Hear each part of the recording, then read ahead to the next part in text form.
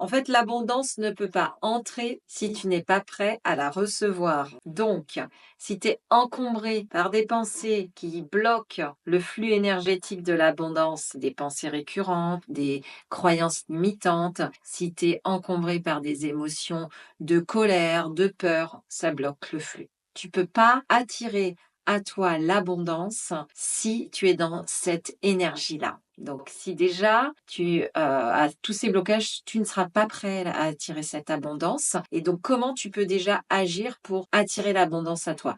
Eh bien, tu peux aussi être prêt à recevoir en te libérant des pensées récurrentes, en essayant de faire un travail de respiration, de méditation, où tu vas te centrer, où tu vas être davantage dans ton corps et plus dans ta tête.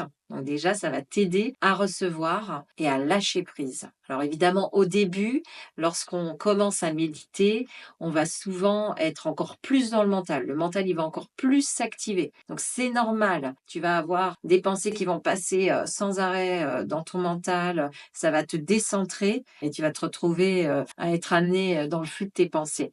Donc quand ça se passe comme ça, en général, c'est d'accueillir et de dire à ton mental, OK, je t'entends, je vois que tu as peur, tu t'affoles. Donc, c'est de parler à ton mental. Moi, c'est ce que je fais. C'est un petit outil qui t'aide quand tu vois vraiment que ton mental, il s'emballe. C'est lui dire, OK, OK, je vois que tu as peur, je vais te rassurer, c'est OK, mais laisse-moi tranquille. Et ça fonctionne, en fait, hein, parce que ça permet de prendre de la distance et de se décentrer de son mental et de ses pensées. Et puis, c'est aussi peut-être pour attirer l'abondance, c'est de faire de l'espace. Donc tu peux, si ta maison elle est encombrée, faire du nettoyage, faire du tri, libérer l'espace. Donc si tu libères dans la matière de l'espace, tu fais du tri, tu amènes des choses, tu jettes, ça va faire de l'espace énergétique en toi.